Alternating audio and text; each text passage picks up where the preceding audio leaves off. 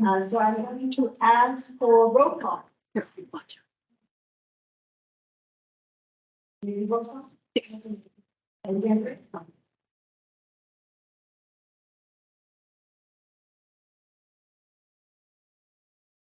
I guess I should start by saying that I'm acting chair today, our chair today, so I'm going to do my best to fill in for Dr.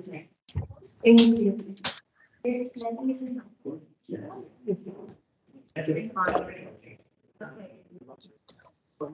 Remember what I said? Oh, yeah.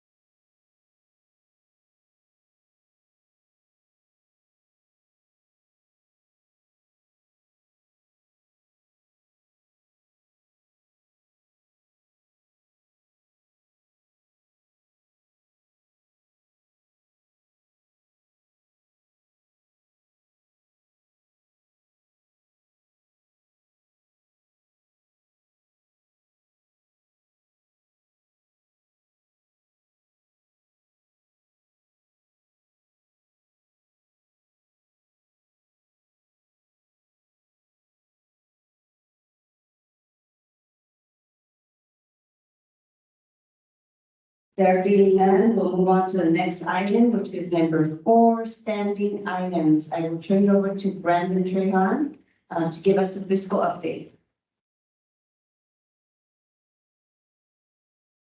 Hi, good morning, everybody. My name is Brandon Troja. I am the fiscal manager in charge of the Housing and Workforce Solutions Continuum of Care Division. And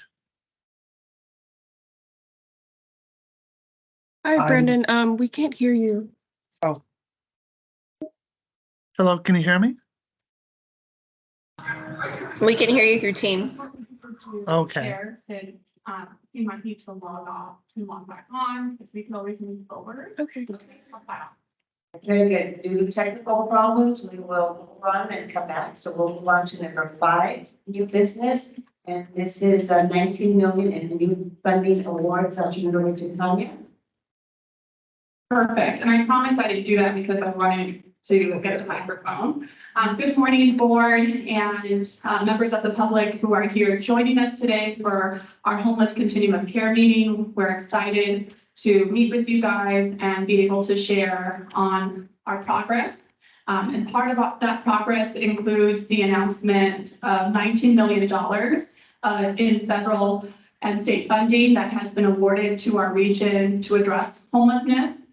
And part of our reason in wanting to share this announcement, of course, is to celebrate the good news, acknowledge that we will be able to have a far greater reach than we did a few weeks ago to serve more people. At the last meeting, you heard that in one fiscal year, we've been able to reach over 17,000 people. Of those 17,000 people that we served, over 7,500 were connected with permanent housing. And now through these new grants, we're going to be able to provide an additional 300 plus placements. So we're doing more, and as I always emphasize, we're doing more as a collective body, and that's in large partnership to all of the cities who join us regularly and participate in these meetings, participate in regional collaborative groups that focus on coordinating efforts across the county.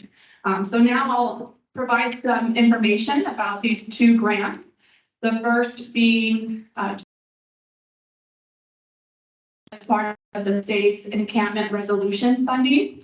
These are competitive grants. I think that's really important to share. And Riverside County received the second largest allocation across the state.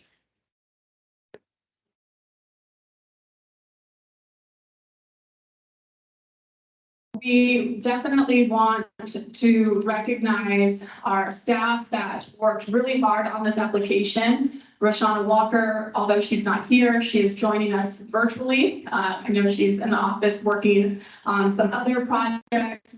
In addition to the cities of Hemet and San Jacinto, who dedicated staff time, as well as sitting at a local nonprofit provider in the region who coordinates street outreach and housing services, in addition to Supervisor Gutierrez from District 5, whose team has really been instrumental in bringing that entire region together. I think it's not a surprise to a lot of you that this is the second encampment grant that we received, which is, I think, part of the reason why we submitted the application. We weren't sure if we were going to get it because we had already received a large award previously, and that was through an effort led by our board member and Supervisor Spiegel, who is here with us today. We had previously received $11 million to address homelessness in the Santa Ana Riverbed. And that is also a multidisciplinary partnership that includes the city of Riverside, the city of Corona, Norco, Paruba Valley. And I bring this up today because I think it's really important to acknowledge that that effort has been underway now for over a year. And we have already successfully connected 150 residents from the Santa Ana Riverbed into housing. Many of these residents have been homeless for longer periods of times. And I mean, we're talking 10, 15 years, and we know in large part that a reason that we were funded this round was because the state has been keeping a close eye on our progress. We meet with them quarterly and they check us, right? They check us on our performance. They evaluate not only our numbers, but also, right, I think for the state, the biggest piece is regional collaboration and making sure that multiple departments are working together to address this cause. So all that really to serve as a reminder that everything that we're doing together, all the different projects that are being leveraged across our homeless continuum of care, across the programs that are administered through our department, as well as the cities that we partner with, play a key role in helping us really sell our future proposals to the state. So I wanted to congratulate that team that worked on the San Jacinto Riverbed grant. And also, I have to do a shout out to Robin Gillen, who's the homeless coordinator for the cities and was instrumental there. The second program that we wanted to, Is it okay if I open it up for questions? Is there any member of the board that would like to have, that has a question or make a comment? Sarah? Once Tanya finishes the announcement on the second phase of funding, that we would like to see. On the first one? On this, which she has one more. Yeah, on the first grant. I just was curious, this prompted my question, so I thought maybe others would have a question. But on the housing assistance, it says 112 individuals will be assisted. Is that a year or for the 3-year grant? that is for the 3-year grant. And I should explain that this is a very conservative estimate. The rental assistance is estimated for a 24-month period. And we met on Monday with the cities and some of the outreach teams to begin planning the implementation. And we believe, and we're going to strive to serve a lot more people, because it is very likely that some of the residents we assist, right, they may not need the full 24 months. We may be able to assist them, get into a unit, And then perhaps they'll graduate to another affordable housing project, or sometimes they're able to secure employment. That's going to be a big push that we've done with the Santa Ana Riverbed, that we'll also do in the San Jacinto Riverbed. And so all of that will lead to cost savings and allow us to serve more people. Great question. Are there any other questions on? Eric? Do we know how many people are currently living in the Riverbed? In the San Jacinto Riverbed?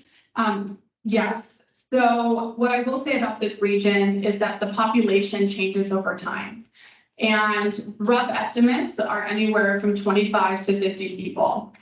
What I will share is that we were very creative, and I give credit to Emma on this, because during our planning efforts, right, it was very easy for us to go after a grant and say, okay, we're going to serve the number of people that are there. But we were creative in spelling out that, right, we recognize the number of people that live in the riverbed is impacted by the environment. When there's sweeps in the city, that generally pushes people into the area. And sometimes it's weather, right? Sometimes it's just the weather conditions. We were down there during the point in time count, and the winds were horrendous. You couldn't stand there without being knocked over. So as a result of that, we wrote in the grant that we would be targeting homelessness in both of those cities as well. So that's how we were able to demonstrate to the grant or to the state that we were going to be able to serve over 100 residents. Very good. Any other questions on this grant? Supervisor Spiegel. 25 to 50 on the San Jacinto Riverbed. We have any idea on the Santa? Yes, estimates that we've done previously with parks, flood control, and our other homeless teams estimate over 400 to 500 residents. That's after we house 300. So remaining after the one, it would be the difference of 150. Any questions? Just have a comment. So, you know, this whole effort really started, because we had a champion at the elected level, that was supervisors people who got together. Just we even heard this during the county agencies, and just bringing everybody together, and also a testimony to Heidi's leadership, who really stepped in at the very beginning, to bring us all together and develop goals and strategies. So that partnership was in place even before the pandemic response funding was released by the state.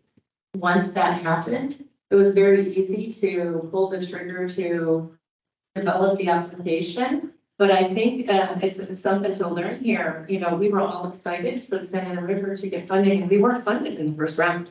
And I think we thought, where did we go wrong? And if I'm not mistaken, Tanya, the state told you and the HWS team, don't worry, hang tight. I think they even said, don't change anything in your application, right? And then subsequently, I think the first round, you got the second highest allocation in the entire state. So then if I think about the lessons we learned from that, which was mostly like rapid rehousing and temporary housing, you guys started to look at the system and say, we need more permanent. And if I'm not mistaken, the San Jacinto has bricks and sticks focused on permanent housing. So it's really neat to see the evolution of how we are building these partnerships, bringing in more resources. But, you know, honestly, we want to acknowledge the staff, but this stuff can't happen if you don't have a high-powered executive team. And I think that they're all sitting right here from HWS, Greg and Emma and Heidi and Tanya. I can't say enough about what leadership does. Good leadership, bad leadership. Good leadership, yay! Thank you, Karen. I'll just echo that great leadership. I think when it's not an easy thing to hear the second highest awardee when we're looking at state funding. And there's so much competition of what's going on up there. Certainly as a person that's writing a lot of grants myself, it's a cutthroat sort of thing. So to have this type of success is because there is great leadership, there's great structure, and the fact that that's being recognized throughout the state. And I think now we're about to even look at on a federal end as well. It's exemplary. So great work. And so excited that the residents of the county of Riverside are being served in such a great way. Thank you. Okay, is there any other questions or comments? Okay, then we'll move on to the next grant. Tanya? Sure. Before jumping forward, as you guys were talking, I remember my very first day at the Housing Authority. This is 10 years ago. And Heidi handing me a binder, and at that time, it was a model that they had developed to address an encampment in the Lake Elsinore riverbed. And, you know, looking at the model that we're using today, to Karen's point, it's very similar. Law enforcement was involved to help sort of navigate the riverbed. You have behavioral health front and center, as well as our housing team and other nonprofit groups. So Karen is very, very right to say that this is not something that we, you know, just kind of made up. I think sometimes that's the ways, you know, people are like, are you doing what works? Yes, over time, the model that we're using now in the Santa Ana riverbed and that we're using here, along with some tweaks, right? Because we've learned a lot of lessons along the way, have proven to work. So I just am so thankful to be a part of this team. So the other good news, moving on to a federal program, we received $7.4 million, a national grant through the Housing of Urban Development to address youth homelessness. What you should know is that this was our 4th time applying for this grant. And every time we received the denial letter, I promise you that it felt like a dagger was going into my heart. And I was like, I don't know that I can face tomorrow and acknowledge this. But we didn't give up, and that's the story here. In fact, during COVID, I remember having the discussion with our executive team, and it was then that we decided, you know what, we didn't get the funding that we know we need to address youth homelessness. And we used some of the state funding we had then to onboard a homeless youth coordinator, Monique Guerra. Many of you have worked with her. I know our other continuum of care members have sat in meetings with her, and she has really made all the difference. She's a former foster youth who, in spite of everything that she has lived through, exited the system, went to UCR, graduated from her program there. But in her story describes in the summer months, right? And then during the holiday seasons when the campus would close, that she would have to sleep in her car. She weathered through that. She eventually took on a job with the city of Riverside. That was her first job serving in that role. And that's how I got to know her. And she later came over to the county. She has helped us develop a youth action board within our continuum of care that has 15 members of youth that have her same story. And as part of this grant, I will say they helped us write this grant.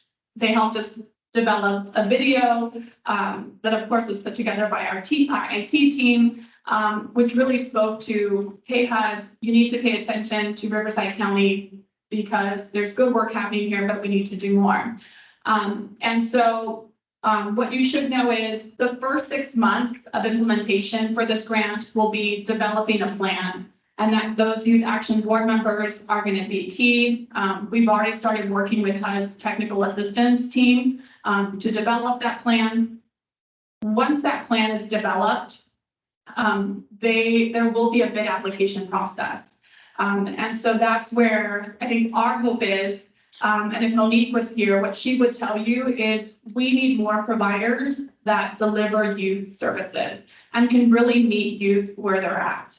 A lot of the youth who are experiencing homelessness, I was just talking to Roman about Palm Springs and sort of what he's seen on the ground. Lots of unsheltered youth who are struggling with substance use and mental health. So that means we need providers that have the clinical, social work, level supports to be able to meet youth. So this is, as well as an announcement, also a call out to everybody here to help us spread the word, because in 6 months, we're going to release a bid application. And while we have a lot of competition with our general grants, when it comes to youth services, we generally have 1 to 2 providers. So that is an area we absolutely need to grow. So to you, the board, I just want to thank you for your continued support. for encouraging us through this process. And we're going to be excited, right, in a couple months to be able to launch a variety of different programs that serve you. Thank you, Tanya. Is there any questions from the board? Comments? Karen? Well, a couple of things. I had the privilege to be with Supervisor Spiegel and the HWS team when I presented the big check.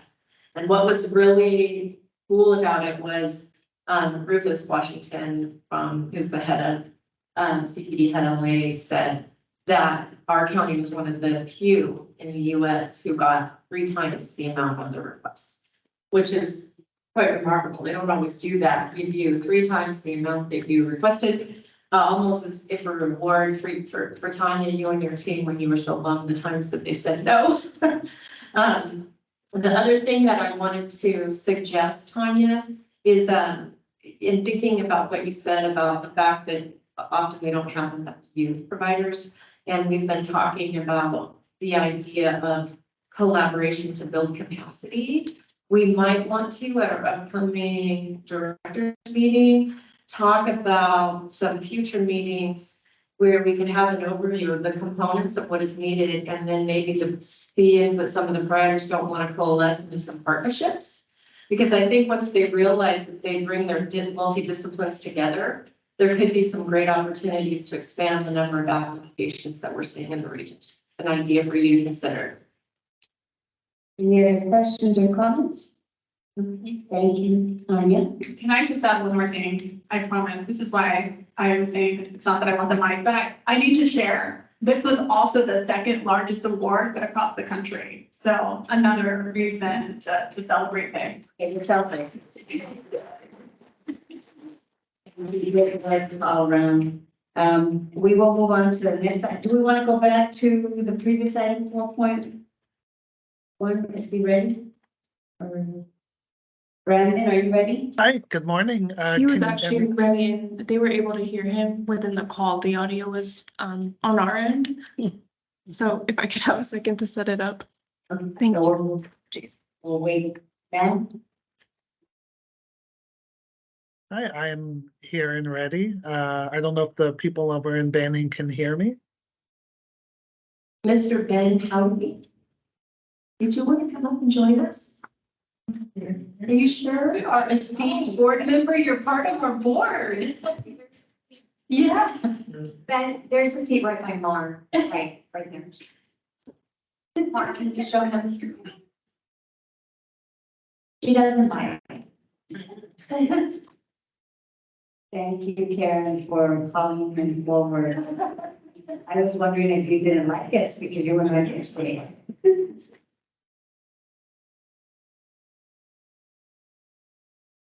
It's still Justin for the amazing job we did at the Age Well conference. That was pretty remarkable. Thank you. It was awesome. So it's not.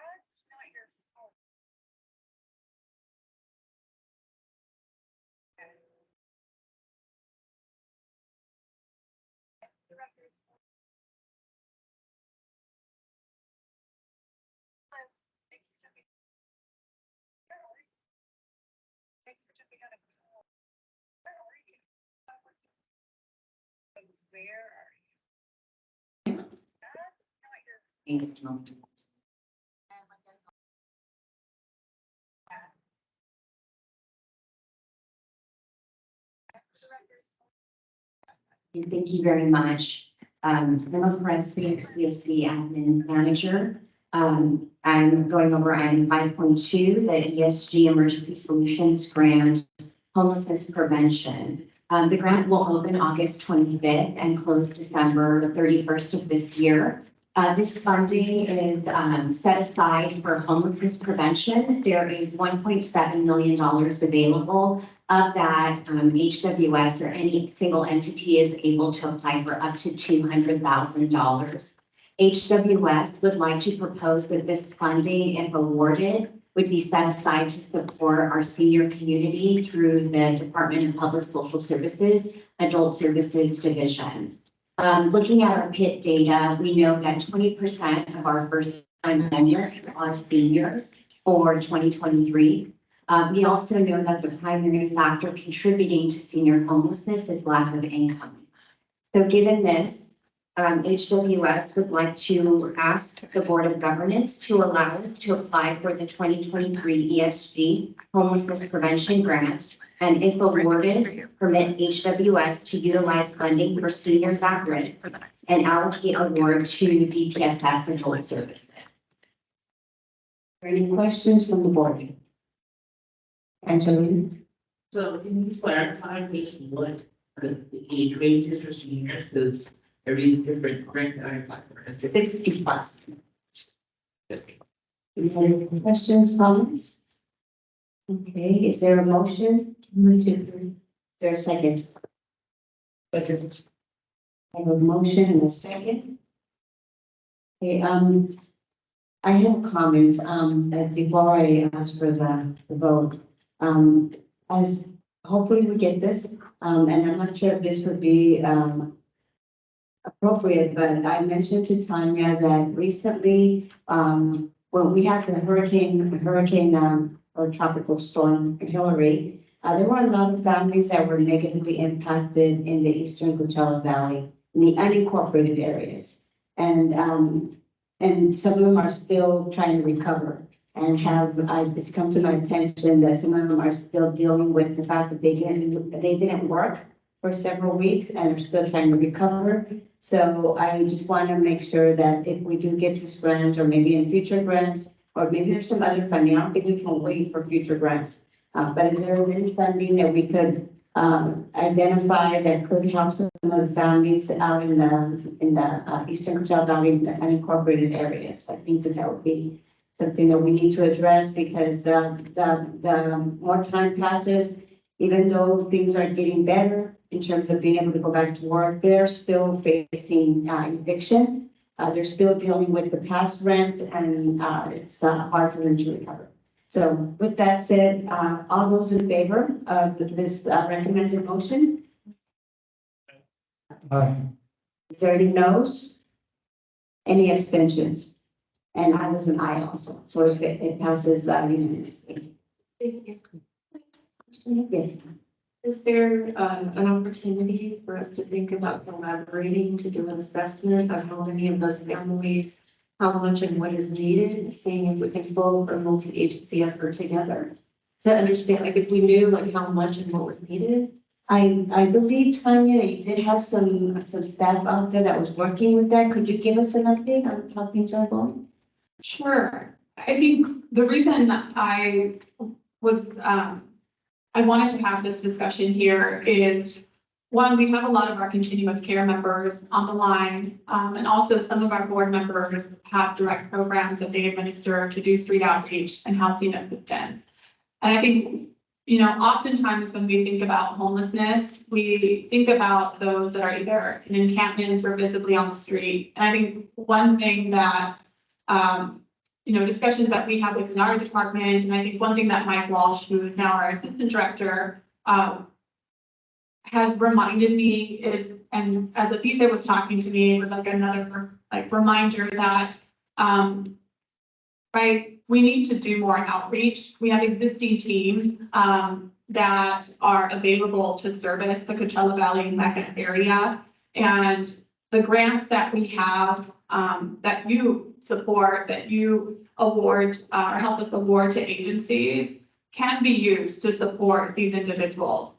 So I think on our end, what we can do, since we have regular coordination calls with those 3 outreach teams, is to make them aware of, the potential risk and need in this area, so they can visit this area more frequently, to be able to coordinate those services. And I know Greg wanted to add some more information. Yeah, if I can add is, there's really not a need to do an assessment. Our team is on the ground daily, out in the Eastern Coachella Valley, not only dealing with Oasis Mobile Home Park, but the other parks as well. We respond, especially in conjunction with the supervisor's office, immediately to emergency situations, and especially for tropical storm Hillary. We partner with groups like TODEC and Galilee. We've invested in an expansion of the Galilee shelter system. So we are addressing those issues. To Tanya's point, it's difficult to levy because technically they're not homeless, even though they're temporarily. So that kind of limits the funding, at least through like funding and stuff like that. But to Tanya's point, is we work on a daily basis, really working with our CoC partners and making sure that we're providing those services. The biggest challenge, as you know, is the lack of housing out there and the ability to transition people into housing type situations. And again, to Heidi's point, though, through Mike's leadership and the team, we're actively building and developing infrastructure to spur housing. So just to let you know that we are in constant communication with the groups on the ground, the residents, and making sure that we're looking towards the future on how we make sure we address this. Thank you, Greg, and thank you, the team, for doing that work every day. If I may, Madam Co-Chair, I forgot to mention, and I'm going to make an announcement at the CoC meeting as well, that this funding is actually available to nonprofits. So the county is only able to apply for up to the $200,000, but we're encouraging nonprofits within Riverside County to also apply to increase the amount of money coming in for homelessness prevention to Riverside County. So again, I'll be making a formal announcement at our CoC meeting for that. Great, thank you very much.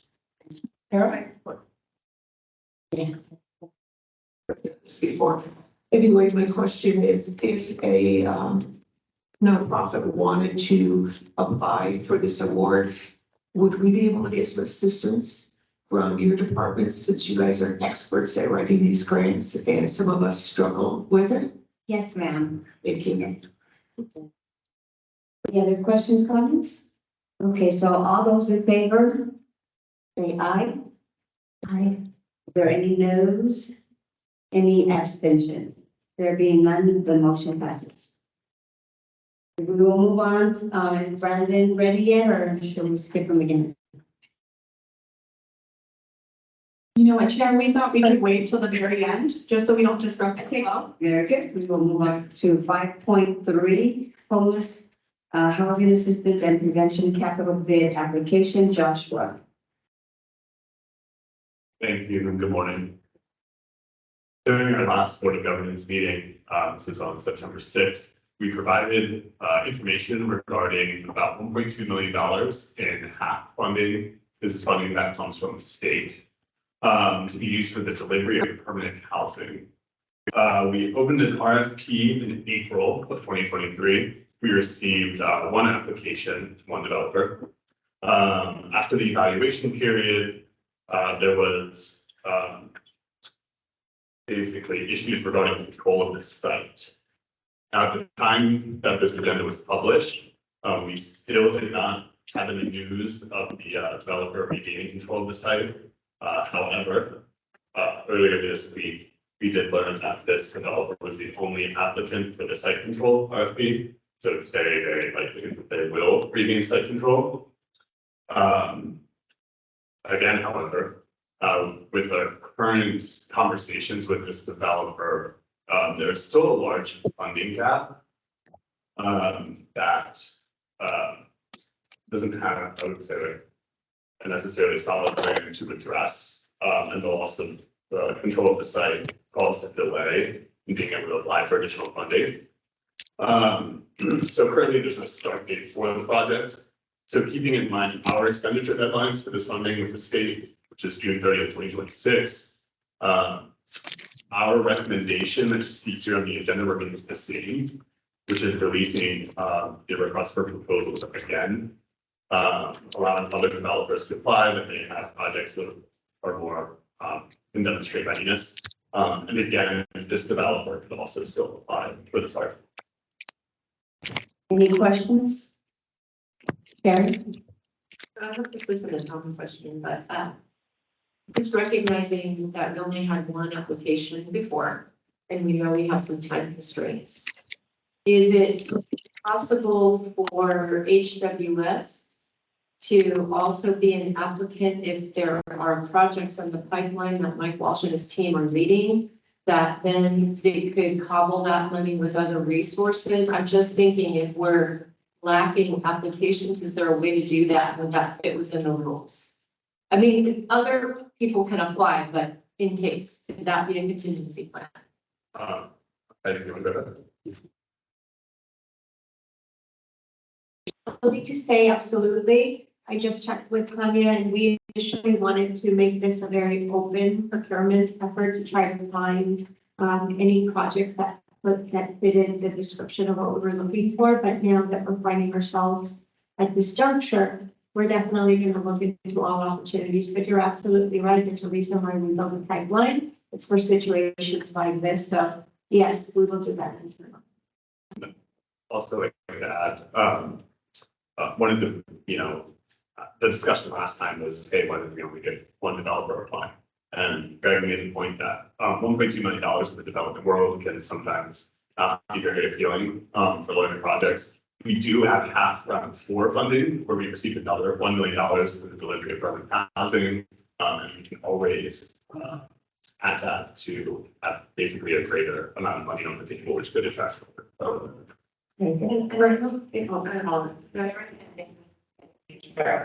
So to you, Chair, to the rest of the board, I hope you know that my suggestion was I want to make sure it's still open and inclusive, but just as a contingency, given the situation we're facing with time constraints. So. Okay, thank you. Erin? Thank you. Are you able to share more about the project and about the developer? Yes, I think that we're careful about not naming the developer because the evaluation process is technically still ongoing. That's awarded the funding. However, the project itself is it scored an average of 91 out of 100 points during the evaluation process. And it is I believe 21 unit project. Project has been awarded EPPs, which is project-based vouchers through HWS as well, which is also appealing. However, again, there's there's a funding gap about $5 million, I think, at this point. Thank you. Because I think my concern would be, and maybe just more context is needed, that if the biggest issue now isn't site control, but is trying to put together the capital to make the project happen. If we can't provide this grant and say, oh, no problem, you can just apply again, then they have to put in the time to apply for the same money instead of working to fill that gap when we'd love to have the 21 units. So maybe there's something I'm missing. I think only that when we released the first round of applications, when we released this last proposal, we were looking for projects. We were very specific in looking for projects that were going to be applying for home key funding and that had received funding through that program. I don't believe that this project has procured or has secured that funding, which is another reason why we are advising that we release another bid application so that we broaden the reach and allow for more developers to apply for funding. Carol and Bill.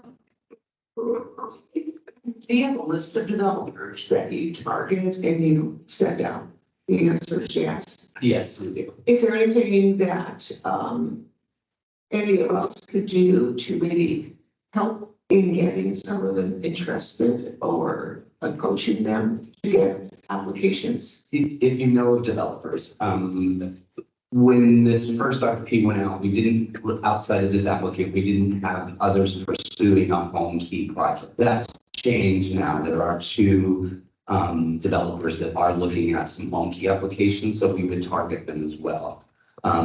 Again, we're trying to leverage dollars and I know 1 point sounds like a lot of money. However, with that being said, we have identified developers and developments within our pipeline that this amount would help and assist in getting units online. Okay, thank you. Bill? Yes, when we talked about, does not control the site, is that related to some sort of a purchase agreement based on the fact if they get this grant and is able to put the funding together, then therefore can move forward with the project? It's my understanding that, this developer had control of the site. And I believe that there's the language, basically, that, the project will start within a certain date. Or else they have to go back out to bid for site control. Project did not start within that time period. So the city released an RFP for developers to apply again to regain site control. It doesn't necessarily have to do with the amount of funding. And is there a plan to bridge that $5 million gap? Does the developer have a plan for that, or is that part of the problem? You know, I wanted to let the group know, we were able to get Mike Walsh, our assistant director, on the line. So as long as technology is in our favor, he can copy. I think there were 2 questions, like, do we have other projects in the pipeline? He can speak to that, but also answer the question surrounding the $5 million funding gap. So can we give that a shot? Emma, if you still have the team, thank you. Hi, this is Mike Walsh. Can you guys hear me? Yes. Barely, a little bit. Please. I'll try to talk loud, and I also Juan Garcia is on. So to answer the question of additional projects in the pipeline, there are many projects in the pipeline that include permanent supportive housing units where this funds could be utilized. MPHS, they are recently in the process of resecuring site control with the city of Riverside, and I think that process should be wrapping up soon. I believe someone from MPHS may be on the call as well. They are waiting on funding applications that will be made available from the state in the spring of next year. They clearly could reapply for this money, but they're looking to apply more broadly for those funds to close the gap. And our team at HWS is working with them on trying to find other sort of funding options to make the project a reality. Yes, go ahead. So,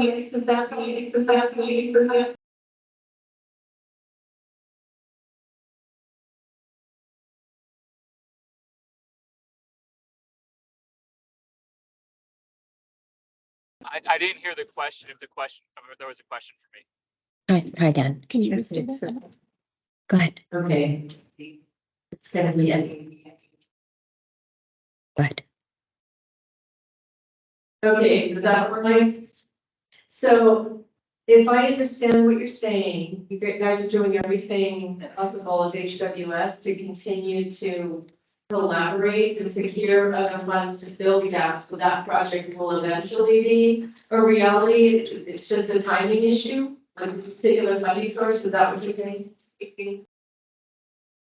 So that they still have to go after the monies from the state, from the state super multifamily housing program, NOFA. We're also discussing with them on the possibility of utilizing low-income housing tax credits, and they're exploring that as well. So there's a number of different avenues. We like to have like fewer sources, but this is sort of somewhat things that happen on projects, and we're working with them like as other developers on trying to find ways to close the gap. I think the key piece for this action item is one, like just like reopen the bid process to get additional level of feedback on proposals that can come in, because we have other projects in the pipeline as well. While we work with MPHS to like try and close their gap and make the project a reality, also working with the city of Riverside, who's also actively involved in this project. Follow-up question?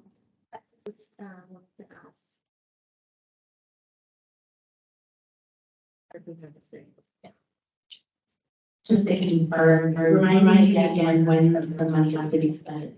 Our expenditure deadline with the state is June 30th, 2026. And we don't think there's any way with the other deadlines and the way we're trying to help them secure funding that they could get it and also this money and we could extend it by 26. We do, the reason that we're bringing this item today is to have a plan B in case this particular project is not able to move forward fully. But it is our intent to go through the entire process with the current awardee. If we cannot, we want to have at our disposal the ability to go and send out another RFP without any further delays so that we can meet all of the deadlines. I'm wondering, and I appreciate you clarifying that your intent is to go through with this developer because it sounds like they've got a good project and we all would like to see it realized. Is there a reason that this decision needs to be made today? And when is their next funding deadline that may give us another data point to know if they will have readiness to move forward? And I do see the hand raised for the developer, so if you want to have him chime in. Love that, yes. Okay, so the developer, if you could chime in, you can identify yourself, please. Hi, thank you. My name is Jesse Ibarra with NPHS. Thanks for giving me an opportunity. Just wanted to clarify a couple of things. One, the unit count is 23 with 22 being affordable, and we have received project-based vouchers allocated towards the project. The other being, I guess, the status of site control. It wasn't due to any start date. We were under a DDA agreement and it needed to close before January, but the city and ourselves were unaware of the requirements as per the SLA. So the Surplus Land Act required that it closed by that date. We were under the impression we were in compliance with that period until May, when we were looking to extend the outside close date, in which the attorneys for the city advised us that, you know, we were out of compliance and thus lost site control because they needed to, you know, go through the appropriate actions to get the property back to us. And so we did apply. We were the only applicants, and we do see that it looks like there's a memo that they are working back towards DDA, but we have not yet received, you know, a full award. Now, on the funding, that is correct. We do still have a gap. However, part of it is, I think, is going to be closed quite substantially once we receive our construction bids. Sorry, I'm hearing an echo there. We have not yet put it out to bid due to this issue. And so, but we do have design review commitments. We have plan check that's due to expire, however, at the end of this year. And we have identified potential funding sources, including HomeKey and MHP, as Michael mentioned. And that should actually be enough with this funding to fill that gap. And so we are very confident that this project will happen, and we are extremely close to making that happen. Unfortunately, due to you know, these events that were outside of our control, we've had to we've had this delay. So I just wanted to clarify a few things, and if there's any other questions, I'm happy to answer any questions. Just want to let you know it's here. Thank you. Thank you. So Do you have the HomeKey application in already, or is that something you're contemplating for this round? Sorry? Is your HomeKey application already in? No, unfortunately, we were unable to apply for this past round because due to the fact that the site control was lost, and we would be spinning our wheels there. So we will need to wait for the next round to open once we. Okay, thanks. So Tanya, Heidi, how do you want to proceed? We do still want to have the option if for any reason this project does not move forward, we want to have the ability to release an RFP. So we do still ask for your authorization to do so, understanding that it would be a plan B. Is there a motion to move No, forward? can I ask really quickly, so what timeline is that? You could be talking 2 months, you could be talking 3 months, and I understand that we don't meet regularly, so having this motion go forward now will allow you to caveats, we're gonna have a special meeting or a bunch vote, and I'm all for that. I just would like a little more clarification of what deadlines you're looking at in relationships to how dropped in is we need to put out an RFP now, and how long will you have for that response time to come back? So I think that's important to kind of factor in. I might not make a difference in people's vote or decision, but I think it's good to have that transparency, that information out there, especially since the developers online, and it gives them kind of the understanding of what Plan B base is about. If we could just have that information so we can include that in the motion.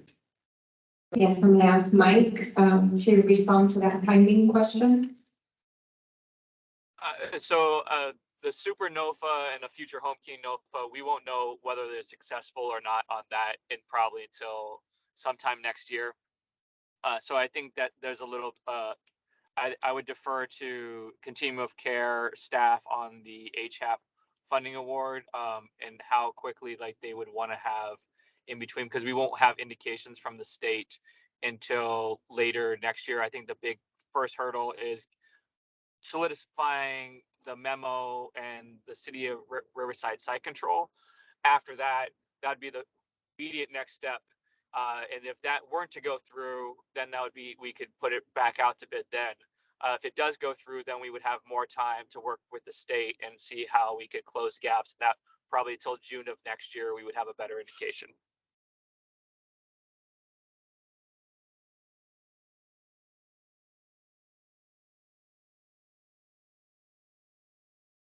Years before with different caveats, and how long would it take if, I have a lot of questions, I know Tyler's been looking at me, I know.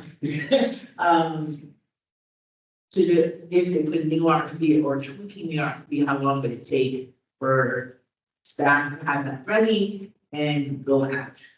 We've done this now, through your support. I think we've released like 3 or 4 capital projects. So while we're not as good at it as Mike and his team is, we're getting fairly close. So it would be, to your question, Angelina, it would be very easy for us to turn around the bid application. And I think what we're recommending is, our next scheduled board date, is for December, and we will likely not need to meet.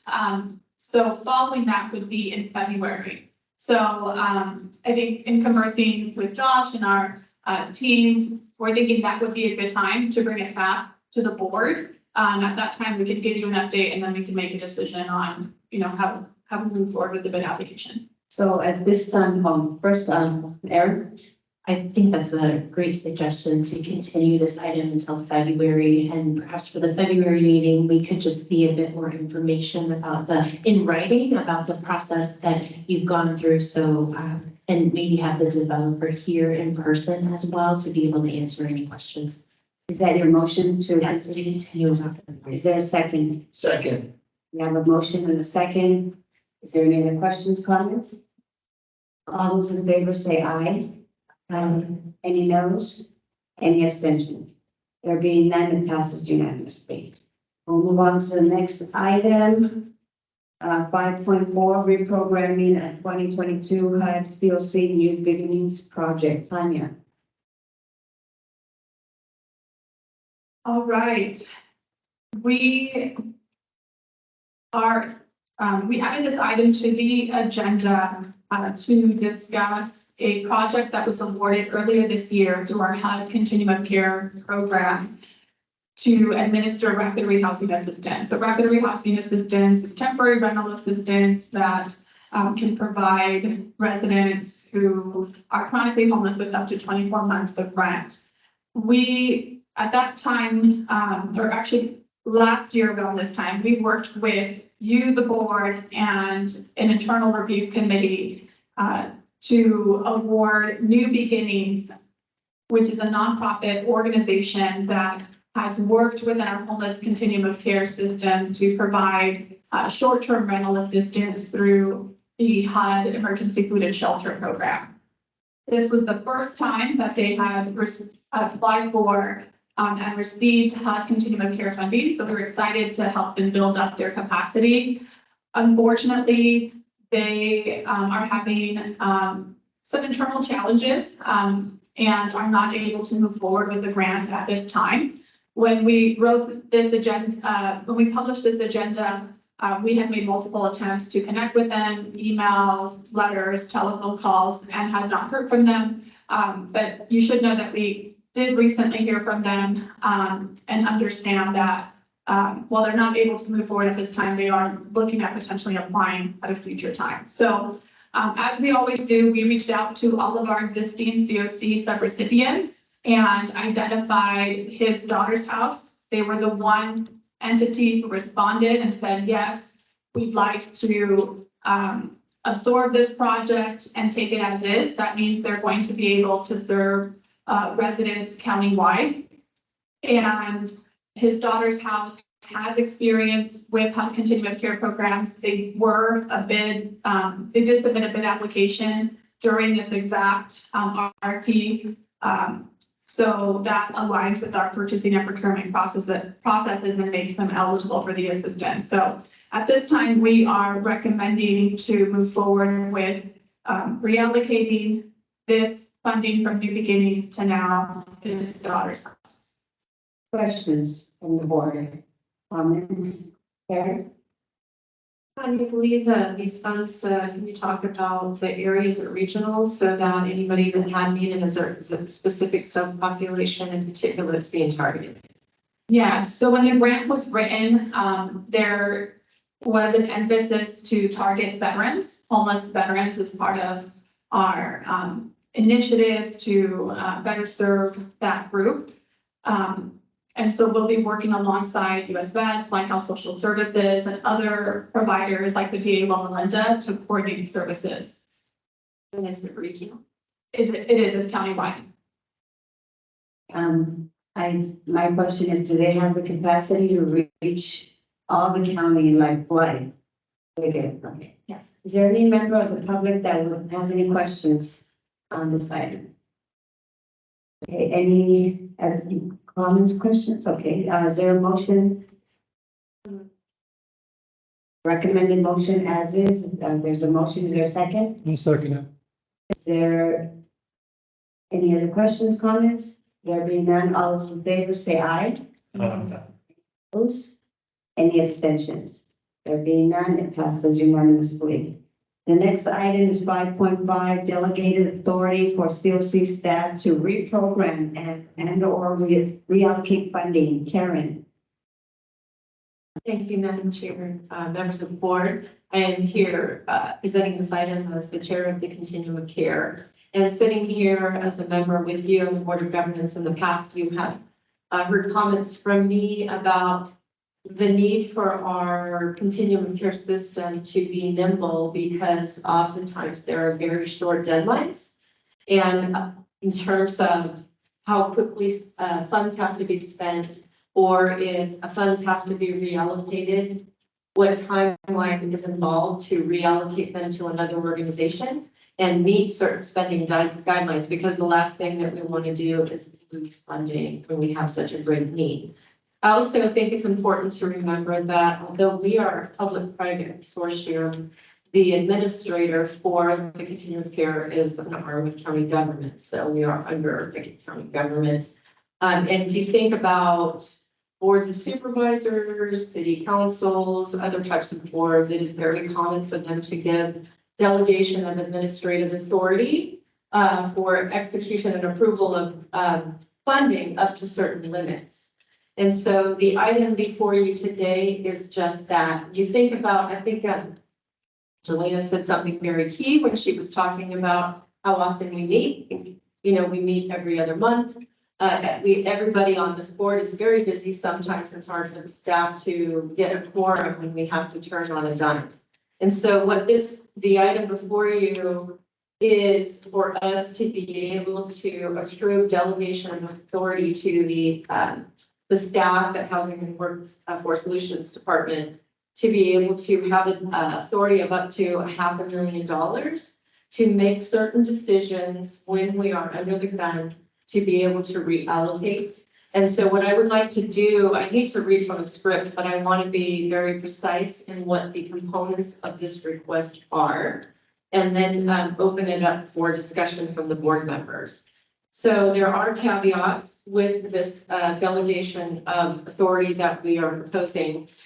First, would be limited up to $500,000. It would be related to if there are rigorous spending deadlines. And here are what we would like to grant to the staff.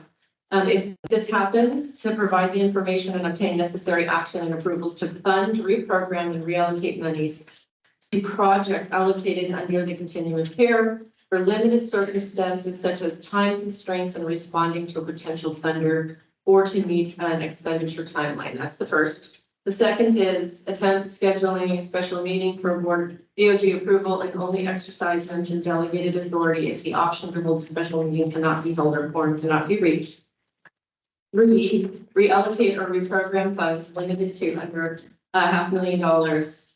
So I think it might want to say at or under $500,000 to another agency to meet expenditure program obligations, which may result in the loss of funding or disruption of services to a client. And then, of course, as part of this approval, report on any such actions taken at the next Board of Governance meeting.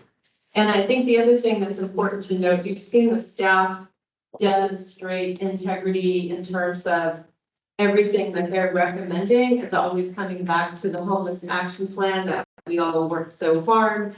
And so they're looking, regionally at trying to make sure that if something has to be reallocated, that it's based on our funding principles, which are targeting the areas with the greatest unmet need. So we already have an infrastructure in place that they have been diligently following. So with that, Madam Chair, open it up to the board for comment.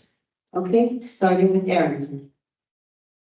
First, I want to thank you so much for creating this policy in writing. I think it's very helpful, allowing us to have more context and understand what the process is.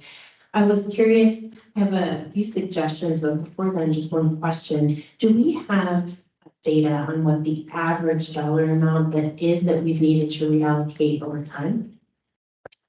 Yes, I'll provide two data sort of points. In one, the average amount that we've had to reallocate over the last 2 years is between $300,000 to $400,000. The second is that the reason we went for the higher ask of 500,000 is because about 50% of our projects are awarded $1 million or more, right? We have some projects that have $2 million. So we recognize the need for better or more flexibility for all the reasons that Karen spoke to and are written in the policy. Great, thank you. And then my suggestions for the recommended motion for number 2, it says attempt scheduling special meetings. I think that that's really important. I would further clarify what attempt means, because it could be a phone call just to the chair. It could mean many different things. And I wonder if we might clarify by saying attempt in writing to the entire Board of Governance to schedule a meeting. So it's clear that everyone would be aware that the attempt was made. And my second suggestion would be to add a 5th point to the motion where the board would receive an annual update on how many projects and how many dollars needed to be reallocated in that year. Thank you. Councilmember, just clarification. Clarification on the written, is by email okay? Electronic written, fine. Absolutely. I would imagine we shouldn't specify exactly how in writing, because technology does change over time, but as long as it's in writing that all the board members would receive, I feel that would be sufficient. Any other board members have questions or comments? Is there any member of the public that has any questions or comments on this item? Yes, step forward, please. Morning, Madam Chair, Vice Chair, and board members. My name is Nathan, Administrative Services Officer of the Conservative Care. And usually my work is in the background, so I rarely come up and speak here. And I would like to furnish a little bit information about the reallocation process, because it really depends on what project on horizon. For example, a HAP program is about 5-year time. And we actually do everything possible to avoid reallocation. And then therefore, when we subcontract in the subrecipient agreements, and we typically would end the period of performance to be about 6 months to up to a year, right, before the deadline, the spending deadline to the state. And that way we know in case the subrecipient is not able to fully spend that, we still have time to reallocate to another agency. However, when it comes to CoC program, and they are only 1 year, and then the monitoring is typically in the at the end of the second quarter or third quarter, because it makes no sense to monitor them at the very beginning before they can even perform in this project. So therefore, the decision of having to reallocate it because they are not able to spend it is very, very short time. And we may have only maybe 2 to 3 months time, yeah. And we know that reallocation and that the contract amendment, all that takes multiple levels of approval, and therefore so it is very difficult to predict which project will need reallocation. Sometimes the decision needs to be within. Thank you. Thank you. My comment is on number 4, report any such actions taken at the next BOG meeting. I'm just wondering, would it be a report or could it be a consent item so that there is board action taken that actually to accept it? Yes, we're happy to do that and list it as a consent item. There any other questions? Is there a motion, recommended motion, somebody want to make the motion? I just have sorry. Okay. Number 3, it says reallocate or reprogram funds limited to under 500,000 to another.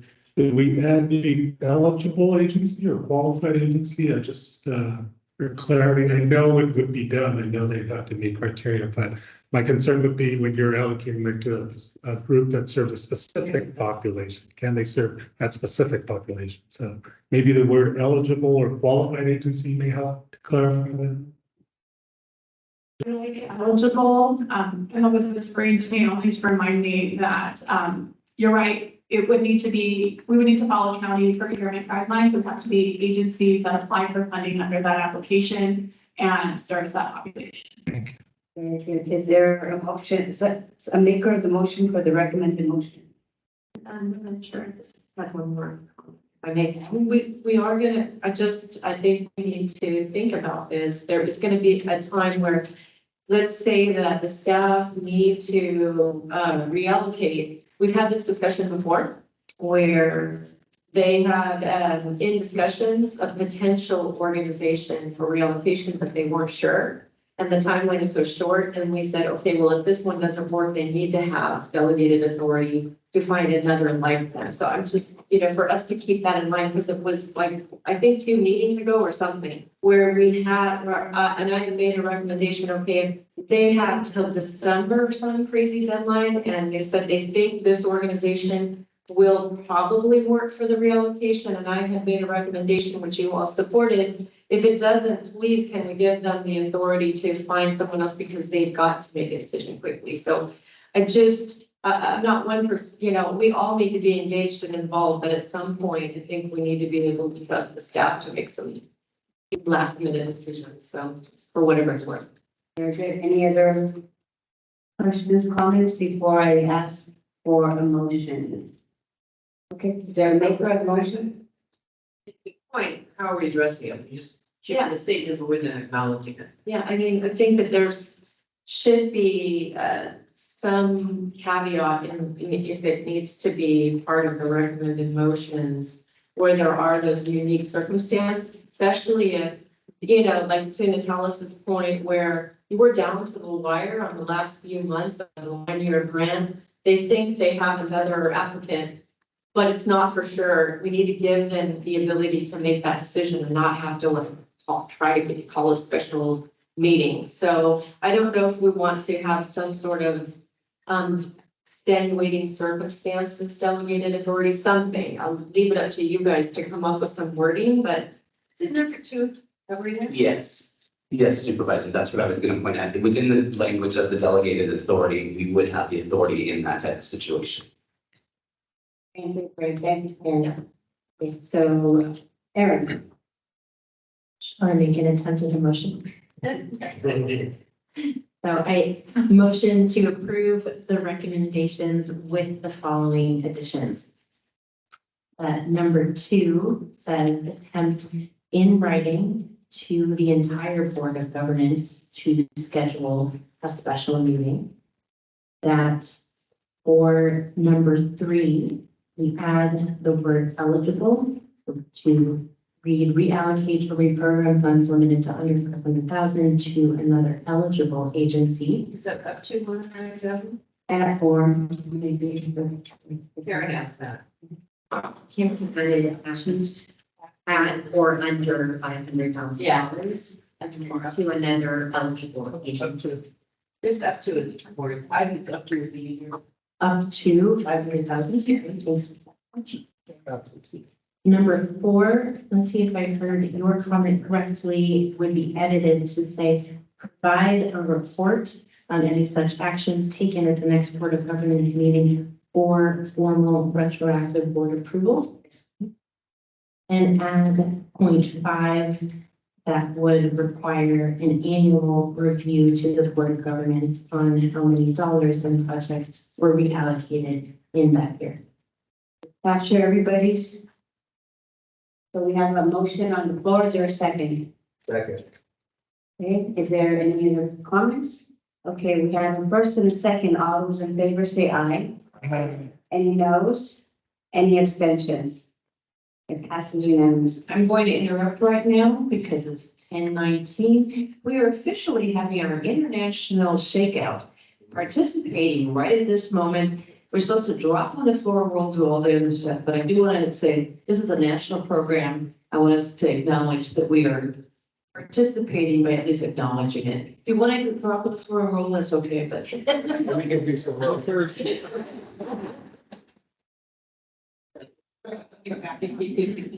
Thank you, Supervisor Spiegel. So we will then go back to our finance, Brandon. Is he ready? All right, we're gonna give it another attempt. If it's okay with the board, if this attempt does not work, we can table this discussion, for the next meeting. You did receive a copy of the full report that shows the progress of each project, by email. But I do see that Brandon's on. He suited up for you guys and ready, so let's give it a shot. Go ahead, Brandon. Good morning, everyone. Can everyone over on Teams and over in Banning hear me and see me?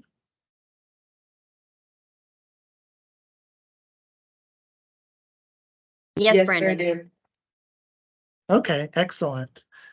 So my name is Brandon Traha. I'm the fiscal manager in charge of the Housing and Workforce Solutions Continuum of Care Division. And I am here to present some of our fiscal updates on some of our grants. And so there's a lot of good news there. If we can go ahead and go to the next slide, which will have a summary of our current grants and some historical performance. So as you can see, we're on our way with CASH, with HAP, with HUD CoC. And as well, we can see that the trend of the historical performance. One of the programs that I particularly would like to spotlight is ESGCV, as that is, as you can see, it's the largest single grant that the Continuum of Care has ever received at $33 million. And it took a lot of collaboration among so many different agencies, many of which are represented in this meeting, as well as our staff. And you can see that we are 98.9% spent. And really we're 100% expended. It's just the final few claims and closeout. But we are 100% confident that we will have the full grant amount spent. Which is definitely a testament to everybody's hard work. And we also have another slide here following this one because the financial numbers are definitely not the only indicators that we really need to look at when we're looking at this. So we also want to see what are the impact of this grant. And with this grant, we absolutely had a very huge impact on the community. A 70% success rate, which really shows, I think, that 33 million was a great investment into our community. And we all did everything that we could to make it so much of a success. We're helping 1,983 people across your emergency shelter, your rapid rehousing, homelessness prevention. And then, of course, we have street outreach as well. We have our exits into permanent housing. Our rapid rehousing has 78%. Definitely a very great goal there. And I do want to say that throughout this process, I appreciate the cooperation of all of our agencies with this grant. And so, as you've seen earlier in this meeting, we have so many more grants to look forward to in the future as well.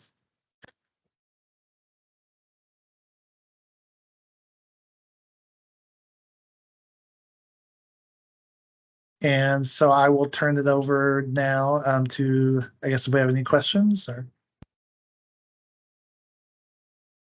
$13 million that program that Brandon highlighted is that if you were just to look at the people that we actually connected into permanent housing, we had an 80% success rate.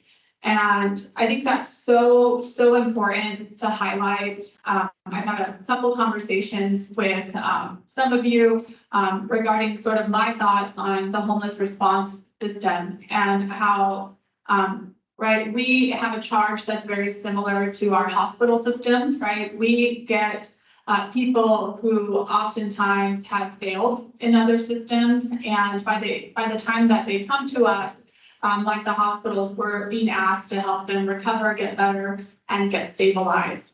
And I think, oftentimes we measure or we're evaluated, right?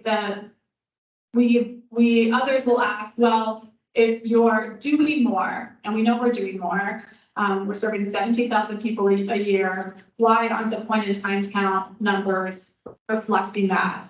And I am using this analogy of the hospital system because hospitals are not evaluated by the number of patients that they serve, right? They are charged with, once a patient is under your care, I'm sure insurances, and you have a managed care plan here, is looking at, recidivism rate. Is that patient coming back for the same thing?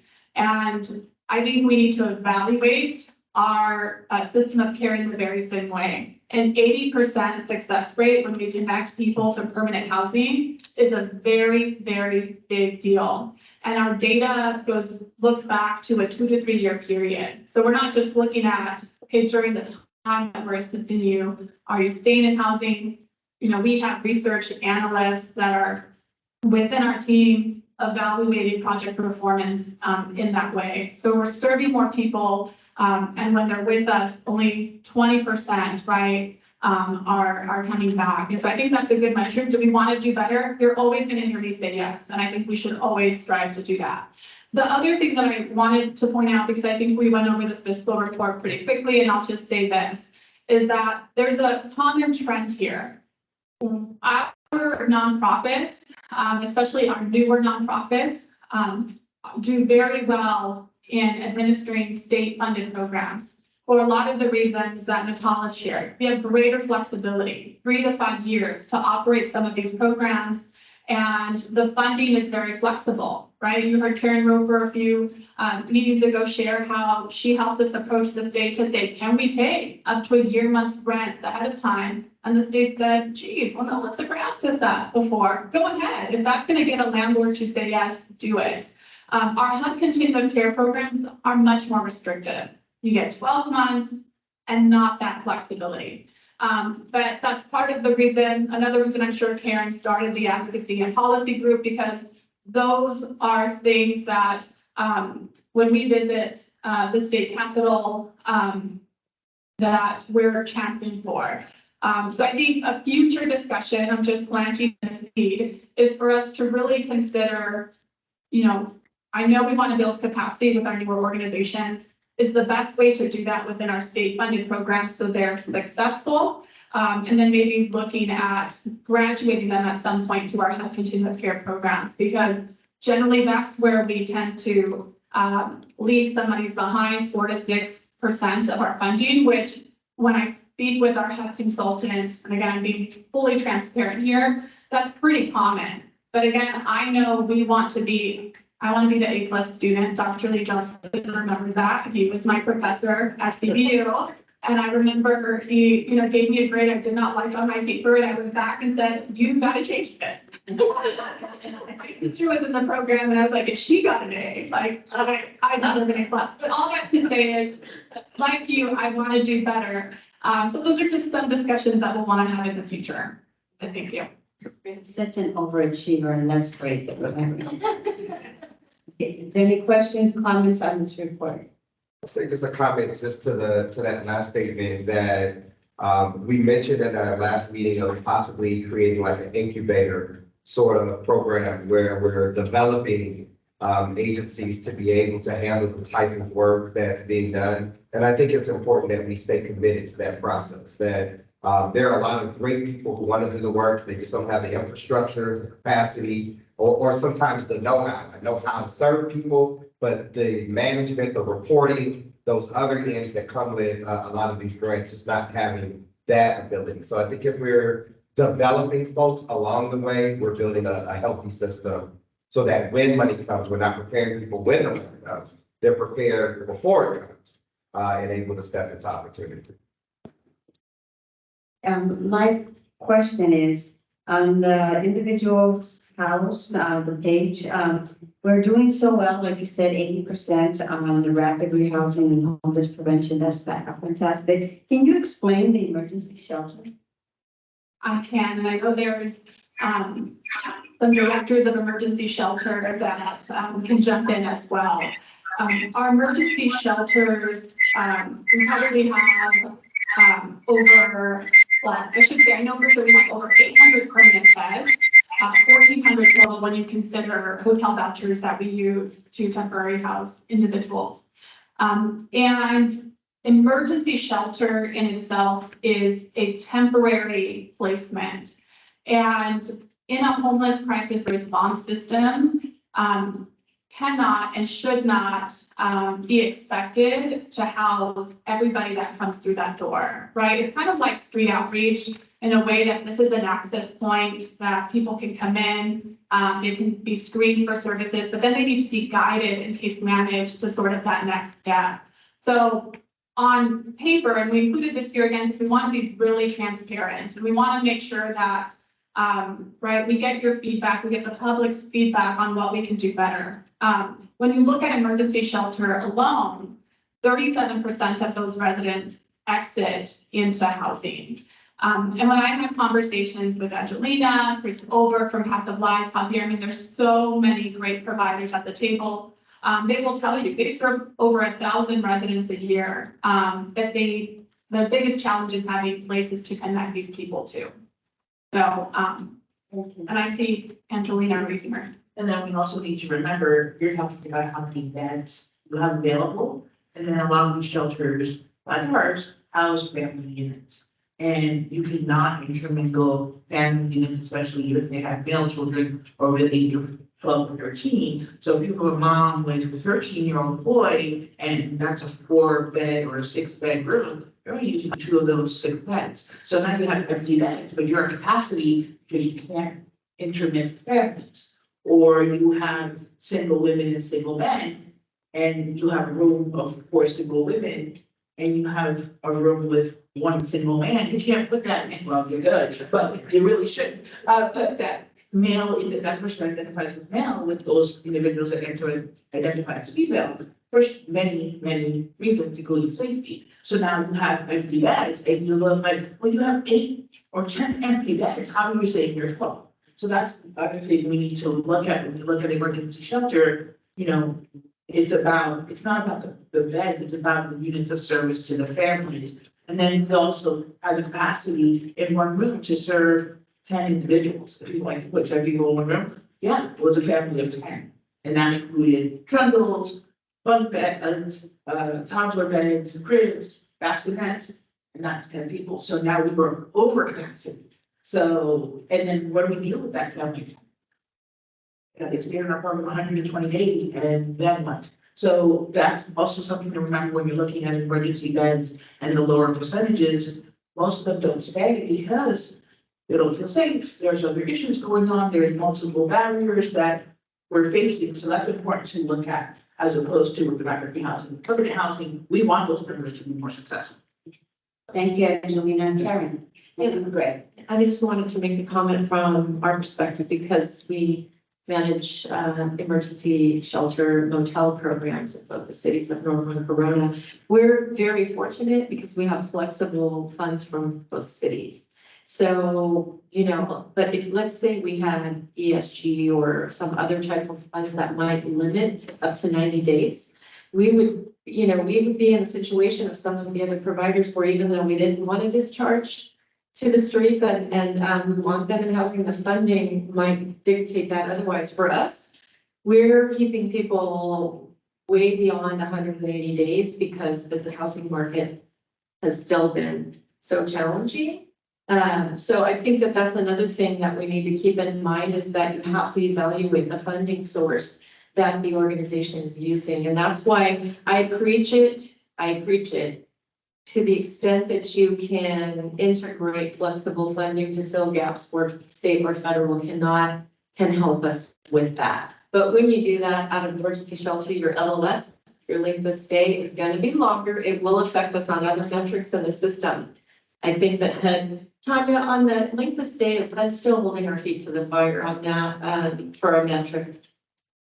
We asked that question during the National Alliance on Homelessness Conference in DC, and there is flexibility. So we are going to have this very discussion, which I believe did start here. I think Dr. Lee started probing and asking questions like why 90 days, why 90 days? So we have a monthly coordination call with our shelter directors, and we're going to be bringing that discussion up and hopefully recommending a local policy change very soon. Okay. Right. Yeah, just a couple of points. First of all, is that some of our shelters have actually a higher success rate in placement to permanent housing. And then the second point is national average on success out of shelters, strictly shelters, emergency shelters, is about 15 to 20%. So if you look at the 37%, it's actually a pretty good number. Okay, is there any other questions or comments on the report that was given to us? Okay, Angelina? With the 37% exiting, is it permanent housing or state housing? Because for us, some of the, as a domestic violence agency, they might not get into their own, but getting to be able to get in with same family is a success, and that's permanent housing for them. So what includes that success?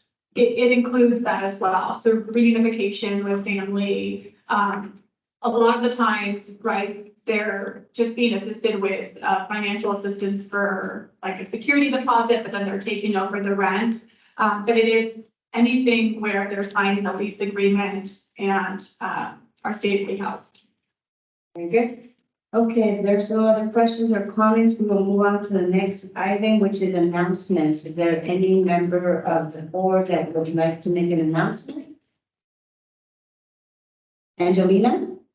Yes, thank you very much. And I'm not gonna promise to be brief because that's just not gonna happen. So I'm just gonna be honest. I will be as brief as I can because there's a lot of information I'd like to share. First and foremost, in October, there are many, many wonderful things being celebrated this month.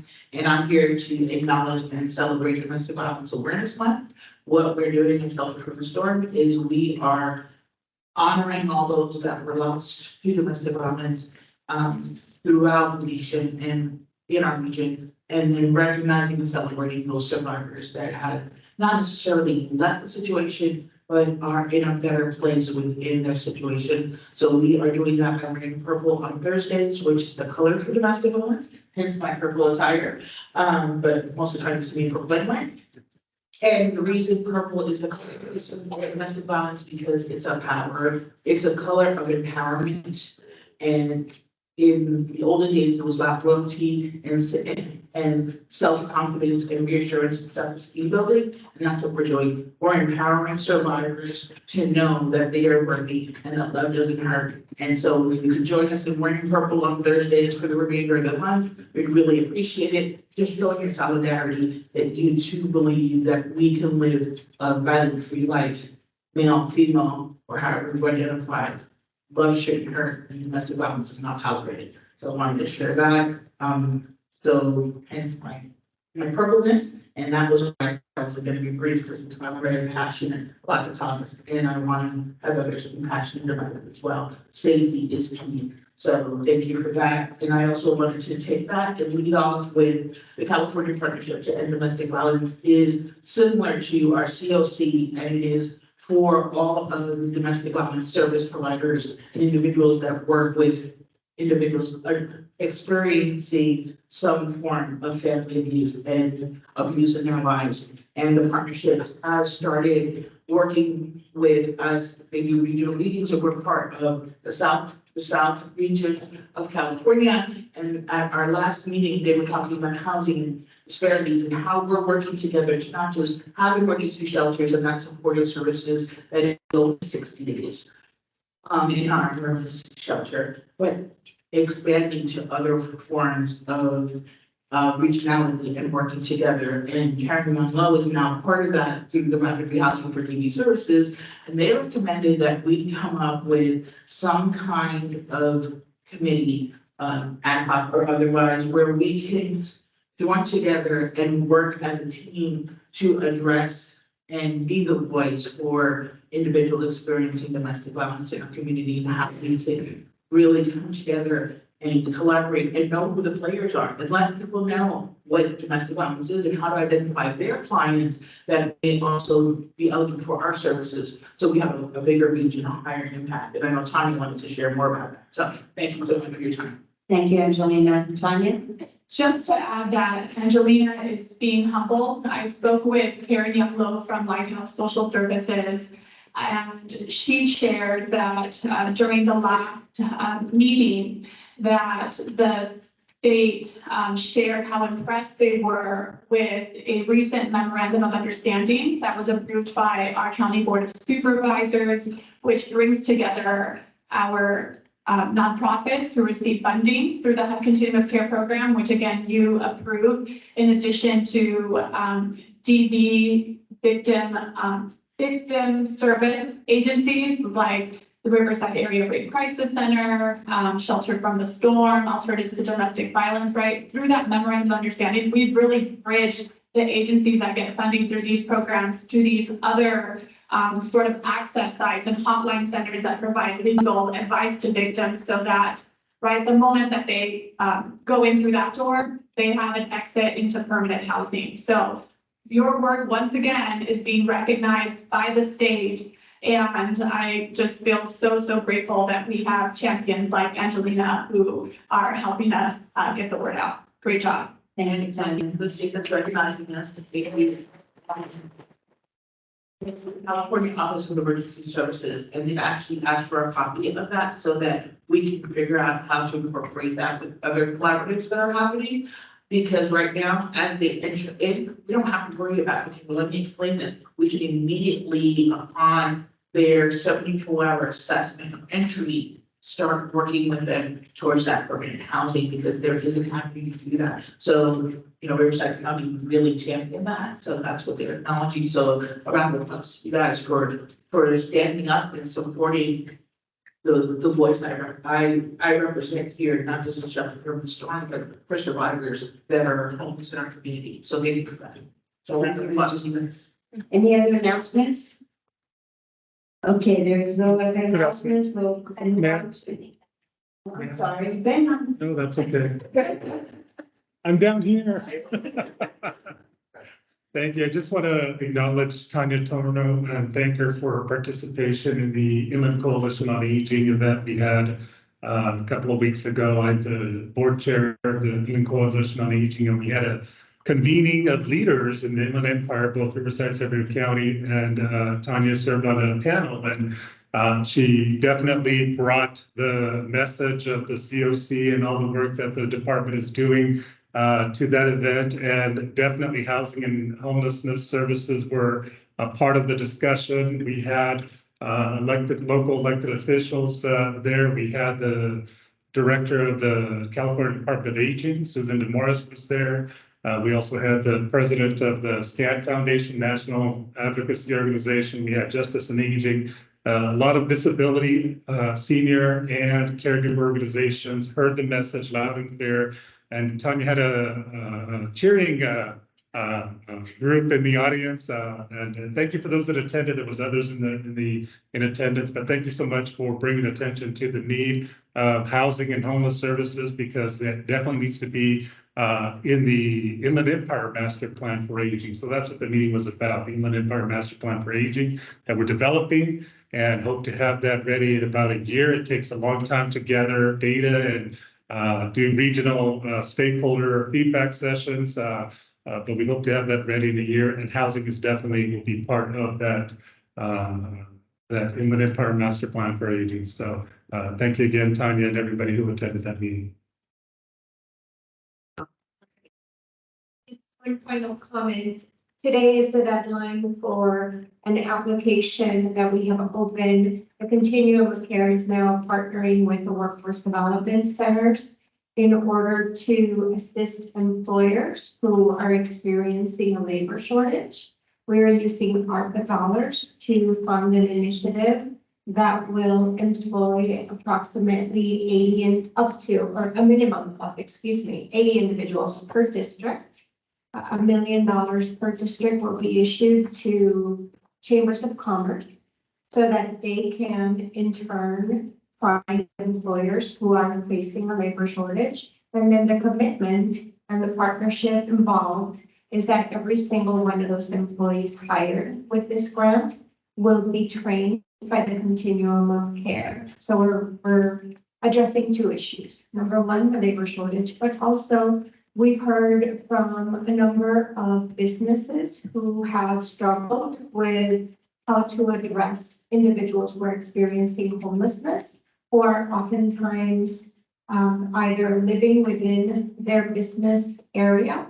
And so we're attempting to build bridges between businesses and the Continuum of Care so that we have, as a result, at minimum 80 new employees who are connected and trained as ambassadors of the Continuum of Care to connect folks who are experiencing homelessness and make sure that we're delivering services to that community as well. Today is the deadline for chambers to apply. The Workforce Development Group will be announcing those awards shortly, and then they will in turn hire individuals that they see as the best candidate for their positions, and those individuals will then be connected to our Continuum of Care group. Thank you, Patty. Carol? No. Oh, actually. Okay, is there any other announcements? There being none, I'm going to ask for any items for the next meeting. Is there any board member that would like to request an item to be added to the next agenda? Doesn't appear to be any. The next meeting is December 14th. Oh, okay, it says Wednesday, December 14th, but that's not it. That's the correct date, December 4th. Oh, okay, sorry, I might have an old agenda. Okay, so December 6th, I don't want to confuse anybody. Okay, and we will adjourn the meeting at 10:46. Thank you. Everybody, we're done.